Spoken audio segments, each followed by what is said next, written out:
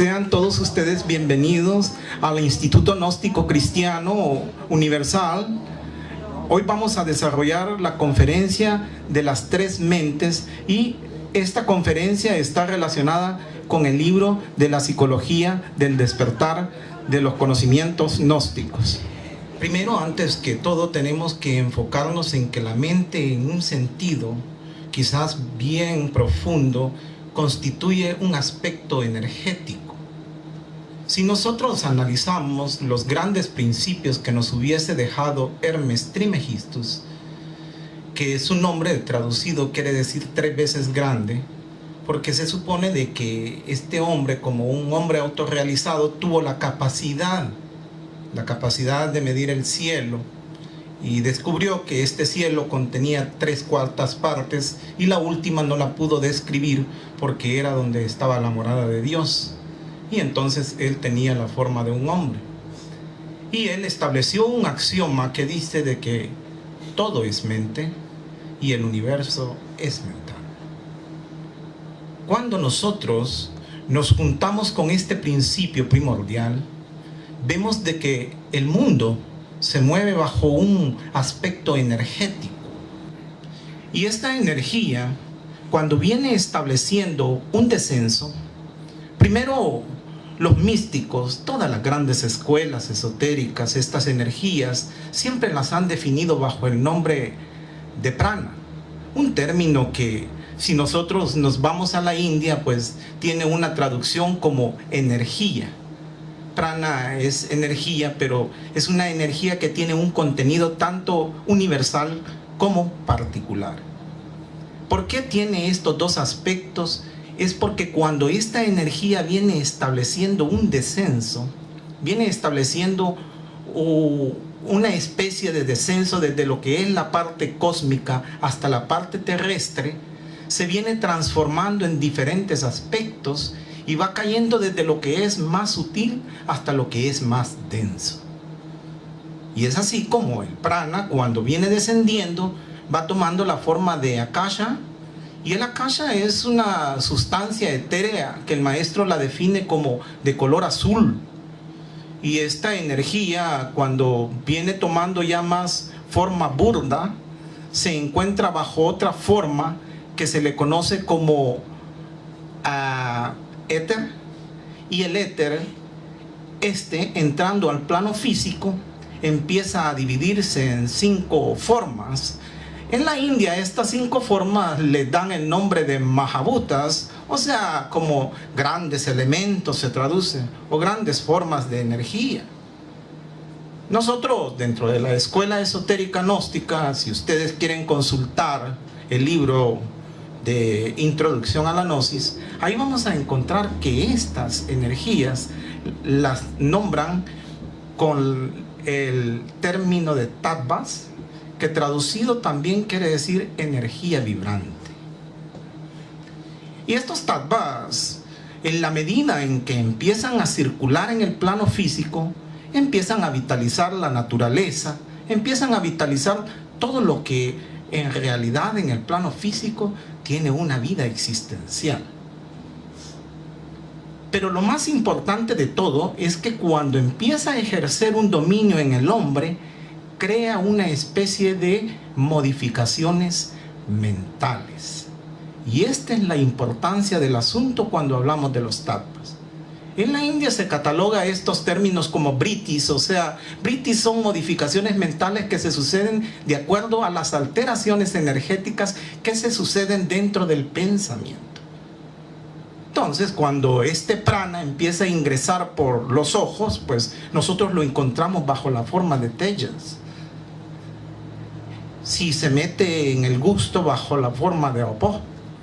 Y cuando entra por los oídos, pues se le conoce con el nombre de akash. Y si empieza a absorberse dentro del tacto, recibe el nombre del vayu. Y así, cuando entra por el aliento como un maravilloso prana que a nosotros nos sirve prácticamente para vivir, se transforma en un prithvi. Y estos aspectos, cuando entran, hay una parte que las empieza a procesar. Lógicamente que la participación del yo ante las cosas y ante el medio provocan estados psicológicos que van desarrollando estas energías al contacto con la naturaleza, algo que nosotros le conocemos como sensaciones y percepciones. Estas sensaciones y percepciones son las que producen una identificación del yo con el plano físico.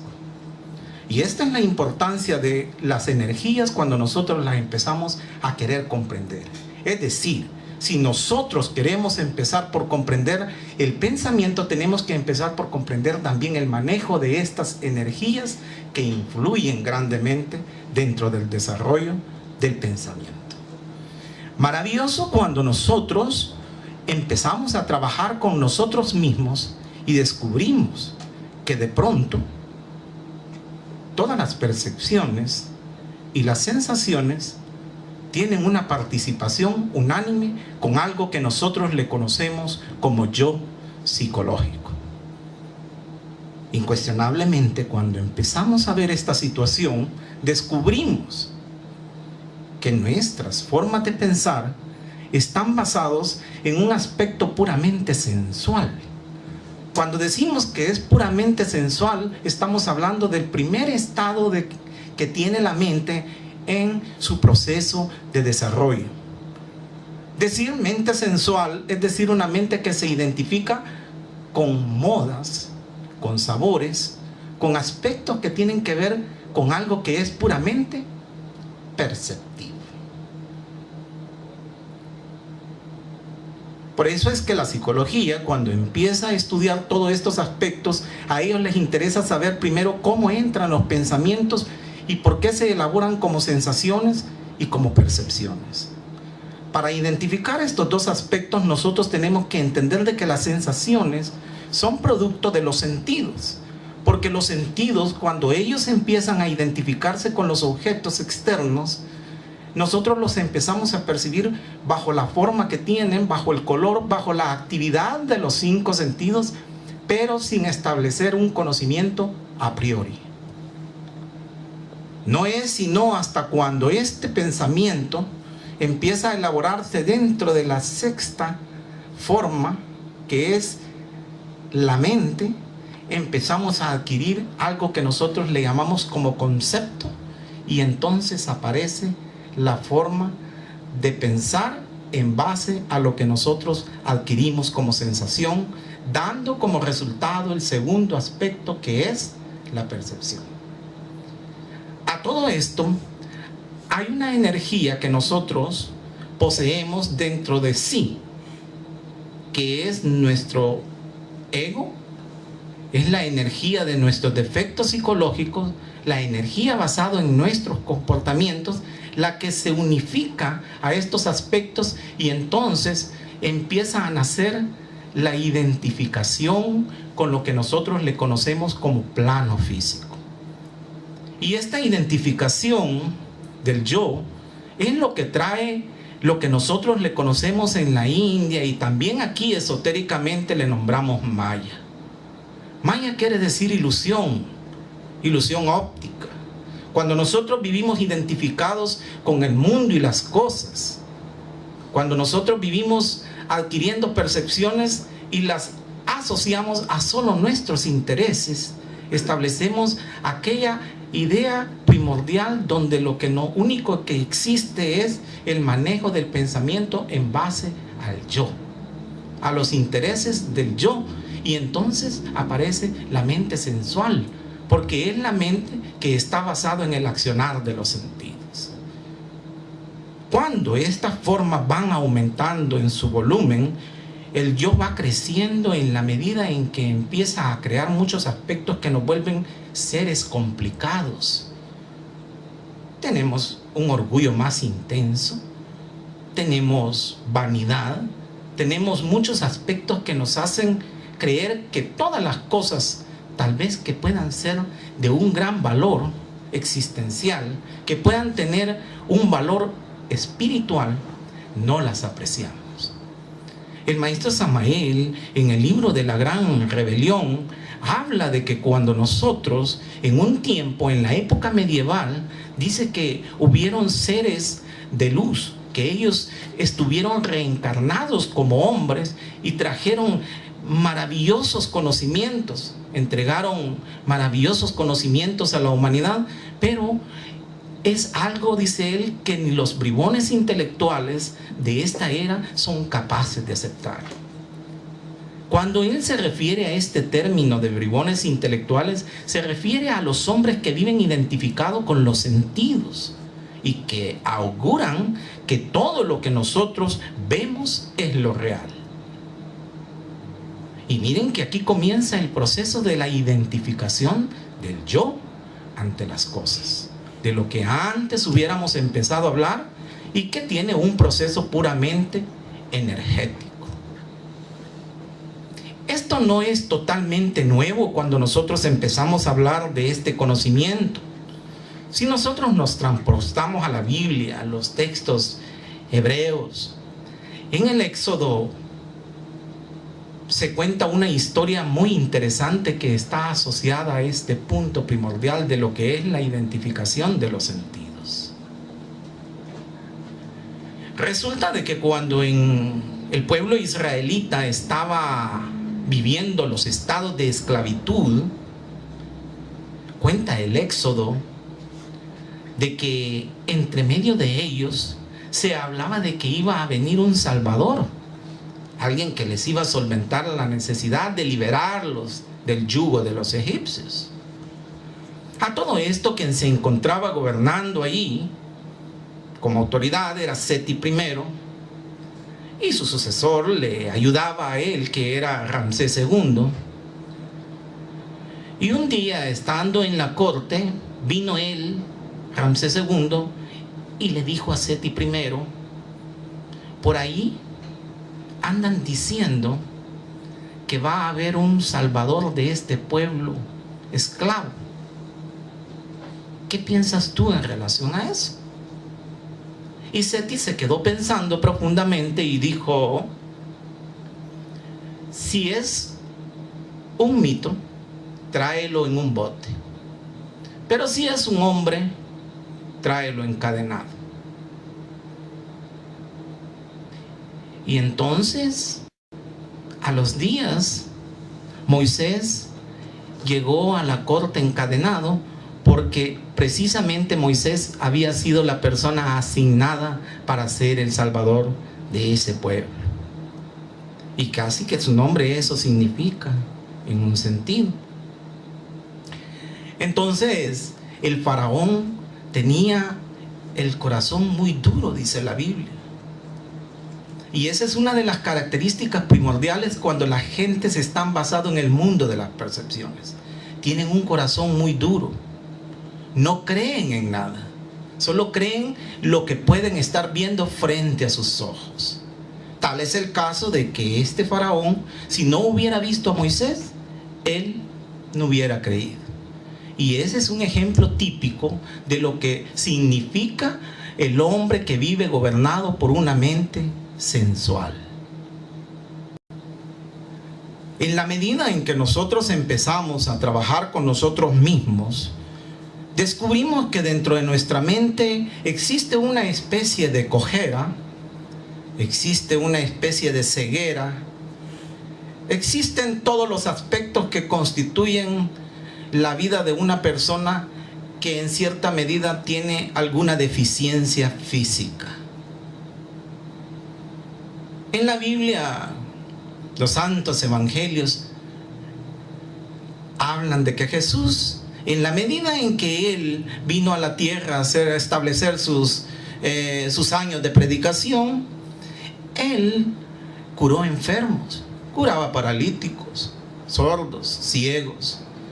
Pero esto tiene una simbología esotérica que se esconde tras de ello. Una de las partes bien importantes cuando nosotros analizamos el Evangelio de Juan en el capítulo 5, ustedes van a ver que hay una parte ahí donde se habla de un lugar que contenía una fuente que se le conocía como la fuente del Betesda. La palabra Betesda traducida quiere decir como la casa de la gracia. Es una creencia entre los judíos de que cuando Dios derrama todo su amor para bendecir a la humanidad, se convierte en algo que nosotros le conocemos como gracia. Y resulta que aquí en ese Betesda habían 5 portales en el Betesda.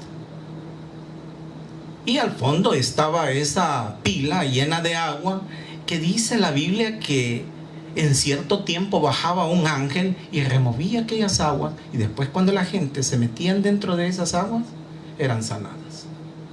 Esta alegoría acerca de esto es algo que está asociado precisamente primero con los 5 sentidos, cuando nosotros empezamos a comprender el significado de los 5 portales. Después tenemos la parte de nuestra mente, que es donde radica el ruido espiritual que nos confiere a nosotros la realización de un cambio o de una purificación. Ese fluido lo constituye nuestra energía sexual, que en la medida en que nosotros vamos controlando esta actividad, viene un ángel que se nos manifiesta dentro de nosotros y es capaz de causar una transformación interna. Pero para esto tenemos que purificar primeramente esos 5 portales del Betesda para poder alcanzar esa gracia. Lógicamente que no todos los que estaban allí estaban de acuerdo con estos estados de curación. Principalmente hablamos de la gente que eran los saduceos. Y es que el maestro Samael también nos habla de esa parte. Nos dice de que los saduceos representan la mente sensual, porque ellos prácticamente son hombres que estaban basados solamente en lo que ellos decían. Nadie podía tener más la razón que ellos. Entonces, el Cristo sigue enfatizando ahí dentro de lo que es este capítulo 5, y dice de que casi la mayoría de las gentes que querían ser sanadas entraban por la puerta de la oveja. Y él en el capítulo 10 se refiere diciendo al símbolo ese de que la puerta de la oveja es el mismo. Es decir, el Cristo interno en nosotros encierra la parte fundamental para poder llegar a penetrar en el gobierno de la mente y los 5 sentidos, a través de un trabajo existencial que nos conecta prácticamente con las energías del agua, que más tarde nos producen la palabra en griego que significa entendimiento. Aguas también en griego significa entendimiento. Ahora bien, lo que pasa es que este estado mental es un estado, podríamos decir, primario, y en el budismo esta concepción primaria la han ellos venido analizando profundamente. Y ya en clases anteriores nosotros hemos hablado de que existen 6 conciencias en el budismo, y estas 6 conciencias incluyen la conciencia de la mente y las 5 conciencias, que es la conciencia táctil, la conciencia del gusto, la conciencia olfativa, la conciencia visual, la conciencia auditiva. Y todas estas conciencias, por no ser conceptuales, tienen la necesidad de caer en el vaso fundamental de la mente para que se conviertan en algo conceptual. La desgracia de esto es que cuando caen en la mente, como nosotros tenemos nada más un 3% de conciencia despierta, lo único que se nos concede es la actividad constante del yo. Y en el budismo por eso se trata de trabajar en esa parte, de comprender esas 5 conciencias a través de la meditación para poder hacer un cambio radical y así poder llegar a establecer un contacto directo con aquellas aguas que prácticamente nos conducen al desarrollo del ángel interno. Cuando nosotros pasamos de este nivel primario de la mente, que podríamos decir que es la mente sensual, pasamos al segundo nivel de la mente. Y lógicamente cuando nosotros llegamos al segundo nivel, que es la mente intermedia, nos encontramos con una situación en que empiezan a conjugarse los estados emocionales dentro del hombre.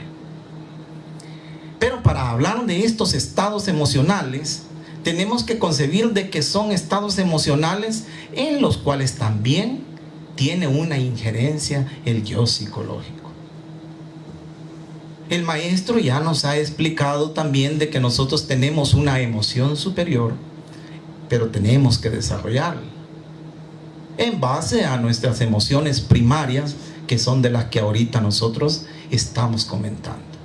Ahora bien, cuando nosotros combinamos estas emociones en las que el yo participa, nosotros creemos tener siempre una verdad. Creemos manejar criterios que son absolutamente intachables. Y todo viene basado en creencias. Las creencias han tenido orígenes puramente míticos, si es que hay que decirlo así. El problema de nosotros es que en la medida en que se van desenvolviendo todas estas creencias, nosotros no las sabemos deglutir, no las sabemos interpretar. Y entonces las creencias se vuelven a veces nada más simplemente creencias. Pero la necesidad del hombre a través de estas creencias es superar la creencia y sustituirlo por la experiencia. Segismundo Freud, uno de los grandes representantes de la escuela del psicoanálisis, él decía de que la religión había pasado por 3 grandes procesos. Y estos 3 grandes procesos bajo los que había pasado, el primero se refería a la parte instintiva o sexual, porque el hombre en los primeros arbores de la vida, toda la religión tenía una connotación de origen sexual. Incluso los dioses. A veces estas fuerzas hasta venían a cohabitar con los hombres y había una serie de mitos, una serie de interpretaciones en base a ello. Después, la religión pasó a un nivel quizás no superior, pero sí superior en cuanto a lo que es el instinto, y pasó al estado emocional. Y allí, en las emociones, se empezaron a edificar las creencias religiosas. Apareció como principal artefacto la adoración, y entonces apareció también el fervor religioso. Por ende, el fanatismo en esta base tiene una gran fuerza. Pero después, históricamente, la religión pasó a un nivel intelectual, y al pasar a este nivel intelectual, la religión se procesó como ideas, como razonamientos. Y es aquí donde precisamente aparece lo que nosotros le conocemos como sectarismo. Porque los razonamientos aprenden a dividir a los hombres, aprenden a separar criterios unos de otros. Puede pasar incluso que hasta dentro de las escuelas gnósticas haya gente que pretenda separar un conocimiento de otro, adulterarlo incluso, y a veces no solo eso, sino también a veces querer también ejercer un dominio a través de estas ideas. Entonces, es importante advertir que uno tiene que trabajar precisamente sobre la mente intermedia cuando están interviniendo solo las creencias, porque en las creencias entran los caprichos del yo.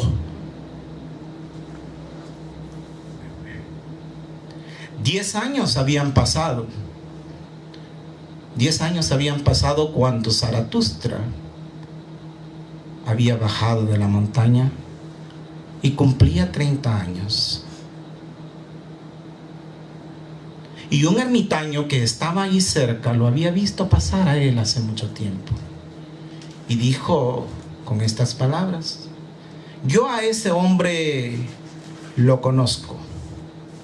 Cuando él subió llevaba ceniza en sus manos y ahora trae fuego. Quizás no teme el castigo que se les impone a los incendiarios. Y Zaratustra, cuando lo vio, él le dijo: mira, que esta copa quiere derramarse de nuevo, y Zaratustra vuelve a tornarse hombre. Y le dijo: ¿para dónde vas, Zaratustra? Traigo un regalo para los hombres. Eso fue lo que él le respondió, y le dijo: no, no vayas con los hombres, porque los hombres son cosa incompleta. Son mitad hombre y mitad bestias. Mejor quédate a vivir aquí con los animales. Y entonces él le dijo: no, traigo un regalo para los hombres. ¿Y tú qué es lo que haces aquí? Y él le dijo: oh, yo canto, alabo, lloro, río a mi Dios. Eso es lo que hago. Y tú te podrías quedar aquí. Y él le dijo: no. Y dio la vuelta a Zaratustra, y cuando seguía su camino dijo: pobre hombre, no sabe que Dios ha muerto. Cuando esto lo instituye Federico Nietzsche, muchos cristianos fanáticos se levantaron de sus sillas y sintieron que algo les picaba. No se sintieron satisfechos con la idea de que Dios había muerto entre los hombres. Y aquel criterio lo consideraron hasta cierto punto pagano. Pero si nosotros nos vamos al esoterismo profundo, el mismo Nietzsche lo aclara más adelante cuando dice: en un principio Dios era espíritu, después se tornó hombre, y dice el Zaratustra, y hoy se ha vuelto populacho. Justo cuando las creencias son sin experiencias, a Dios siendo espíritu, nosotros lo volvemos populacho. Y se nos hace fácil, porque nosotros no cimentamos un conocimiento en base a la experiencia. Ese es el punto. Cuando nosotros tenemos un conocimiento que está basado solo en creencias, nos llenamos de emociones. Creemos que aplaudiéndole a Dios vamos a alcanzar un estado sublime de conciencia. Pero tal cosa nunca se va a dar. El mismo maestro Samael dice que tanto en la mente sensual como en la mente intermedia, nosotros tenemos una injerencia del yo psicológico. Pero entonces, ¿cuál es la salida? Es aquí la pregunta. Entonces él propone el desarrollo de una mente interior. Justo que esta es la gran panacea de los grandes misterios gnósticos, de que el maestro Samael nos habla de que nosotros tenemos 3 estadios primordiales para llegar a establecer la mente interior. La primera la constituye, dijimos, la imaginación, pero no es una imaginación burda, sino que es una imaginación creadora, dice el maestro. Y cuando él habla de esta imaginación creadora, se habla de un ordenamiento de los pensamientos para poder crear. No se trata de imaginar algo ilusorio o algo que tenga que ver íntimamente con una conexión de un defecto determinado. Después viene el otro proceso, que es el del corazón, donde nosotros sentimos que una fuerza nos atrae profundamente y esa fuerza nos motiva, nos impulsa. Nietzsche quizás lo hubiese nombrado como la voluntad. Ojo, que sí es voluntad, porque cuando nosotros ponemos un gran sentimiento en las cosas, lo primero que aflora en nosotros es la voluntad de poder. La voluntad de poder realizar infinidades de cosas. Lógico, la conexión primordial de la inspiración nos trae el desarrollo intenso de la fe, pero con obras. Este es el punto primordial de la inspiración. Y por último llegamos al estado más sublime del que Oscar nos estuviese hablando, que es el de la intuición. Y el de la intuición, miren que sí es profundo, porque cuando nosotros empezamos a tener una conexión profunda en nuestro subconsciente, empezamos a limpiar nuestro subconsciente en toda su totalidad, viene un crecimiento en nuestra parte consciente, que es el estar consciente sobre nosotros mismos. Y a ese crecimiento constante de estar consciente en nosotros mismos nos conduce al desarrollo de algo maravilloso que nosotros le llamamos la supraconciencia. Y esta supraconciencia tiene un órgano maravilloso que es la comunicación íntima que establece la materia con el espíritu. Llámesele voz interior, voz interna, llámesele comunicación directa con nuestro ser. Ojo, hay que definirla como intuición.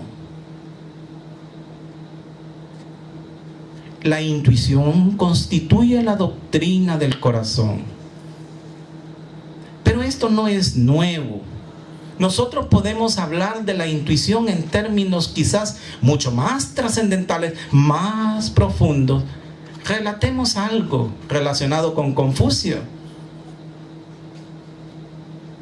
Dentro del confucianismo se enseña de que hay 3 maravillosas cuerdas.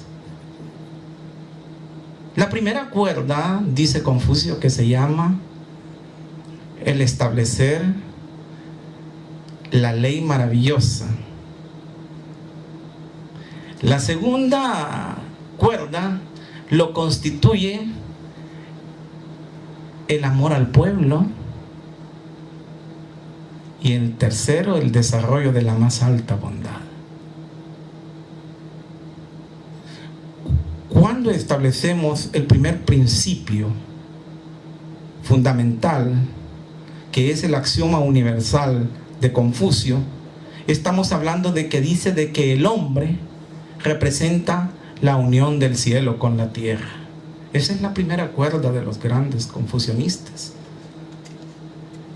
¿Qué quiere decir esto cuando nosotros hablamos de que el hombre es la mente que conecta al cielo con la tierra? Quiere decir que la mente en este concepto se vuelve como algo sublime, como algo primordial, donde todo es completamente unificado. El segundo nivel de la cuerda lo constituye el amor al pueblo. Dice él que cuando nosotros ya hemos aprendido a unificar la naturaleza en todo su contenido dentro de nuestra conciencia, empezamos a desarrollar un amor profundo sobre los otros seres. Primero comenzamos con la familia.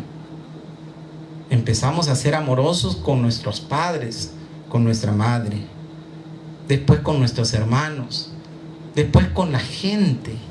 Y por eso se le llama el amor al pueblo a la segunda cuerda, porque nos congrega el corazón con lo que es la sociedad en general.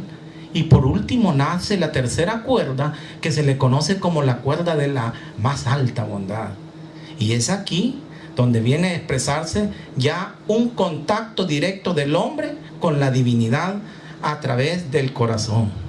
Y por eso se le llama la más alta bondad, porque solo es a través de la bondad que nosotros podemos conectarnos con la divinidad. Los 3 aspectos que la gnosis nos enseña profundamente. El primero, cuando hablamos de la unificación mental del cielo y la tierra, está relacionado a la imaginación. El segundo, el amor al pueblo, está conectado con la inspiración. Y la última, la más alta bondad, es el desarrollo de nuestra intuición profunda. La Biblia lo dice claramente: de oídos te oí hablar, mas ahora mis ojos te ven y mi corazón te siente. El maestro Samael, dictando algo relacionado con el ser, dijo estas palabras: no digas que tus ojos son mis ojos, porque yo a través de ellos veo. No digas que tu boca es mi boca, porque yo a través de ella parlo. No digas que tus oídos son mis oídos, porque yo a través de ellos oigo. Tus ojos, le dice al ser, son mis ojos. Tu boca es mi boca, tus oídos son mis oídos. Cuando nosotros establecemos esa conexión profunda, directa de lo que es la materia a nuestra parte espiritual interna, esa conversación maravillosa nos recuerda aquel principio que nos hubiese dejado Immanuel Kant cuando nos dijo: el éter, hablando consigo mismo, se transforma en estrellas. Voy a dejar mi conferencia hasta aquí, esperando de que ustedes hayan disfrutado de todo lo que es este conocimiento y que sigan estudiando arduamente acerca de lo que es la sabiduría gnóstica. Si hay alguna pregunta que nosotros ahorita podamos respondérselas, vamos a tratar por ahí.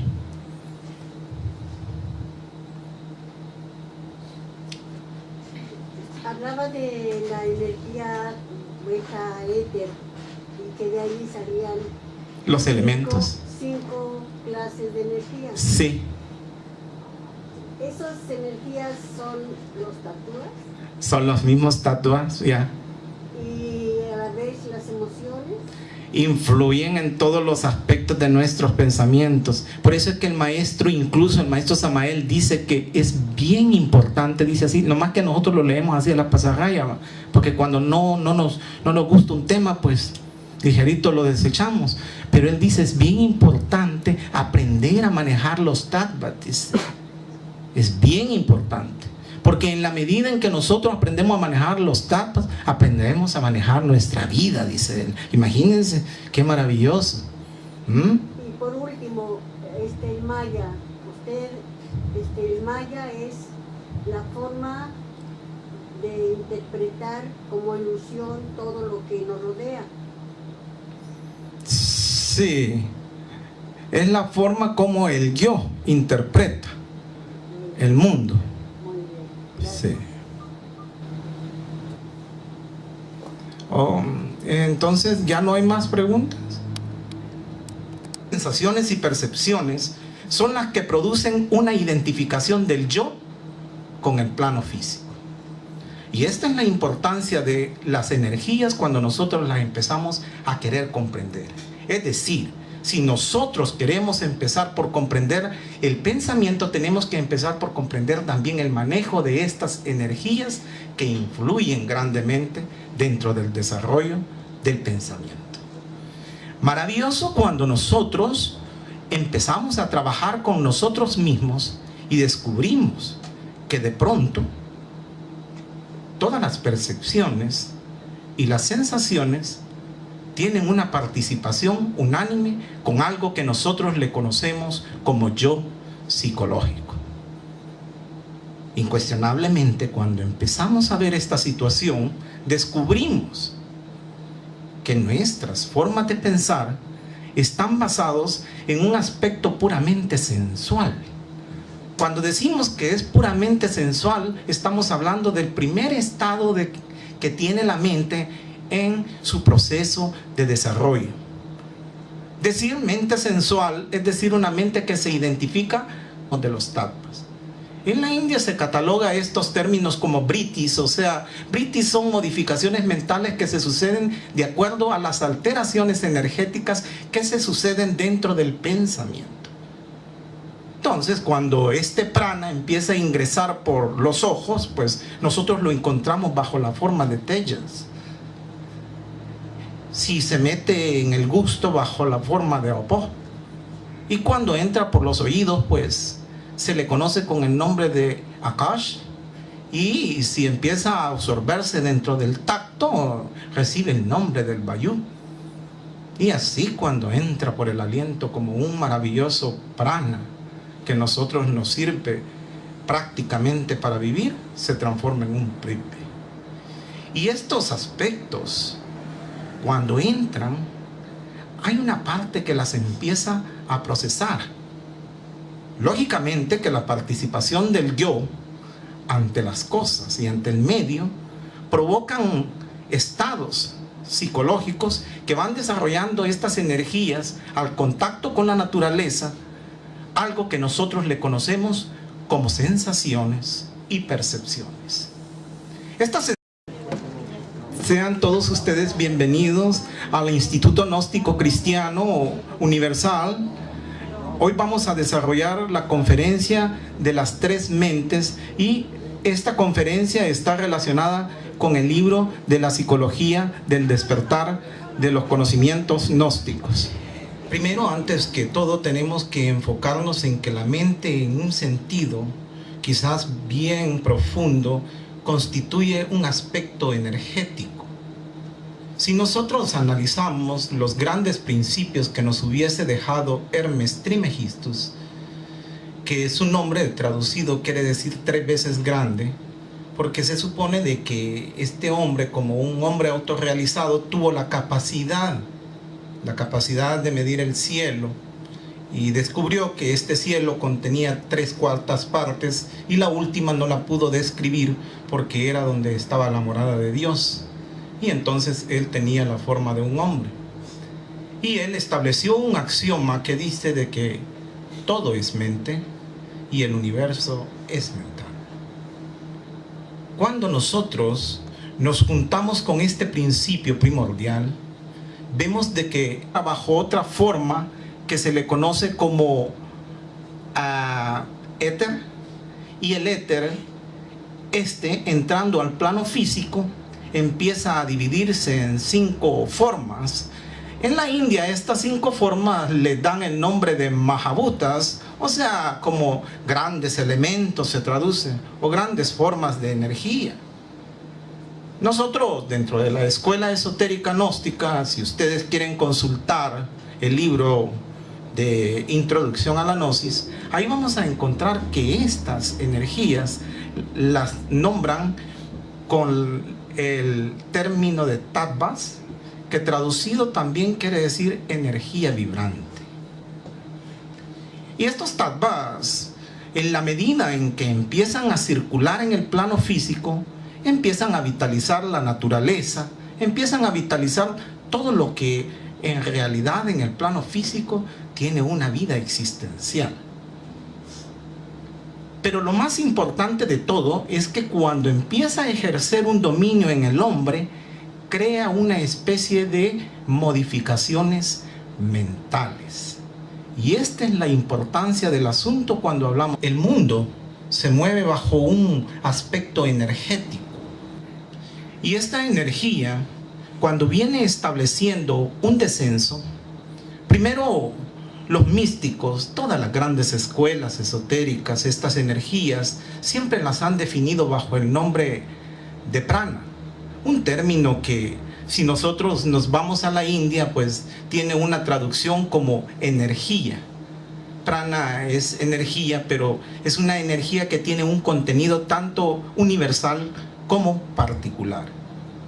¿Por qué tiene estos 2 aspectos? Es porque cuando esta energía viene estableciendo un descenso, viene estableciendo una especie de descenso desde lo que es la parte cósmica hasta la parte terrestre, se viene transformando en diferentes aspectos y va cayendo desde lo que es más sutil hasta lo que es más denso.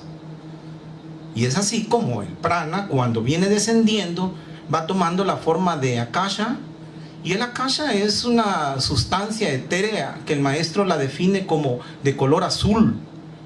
Y esta energía, cuando viene tomando ya más forma burda, se encuentra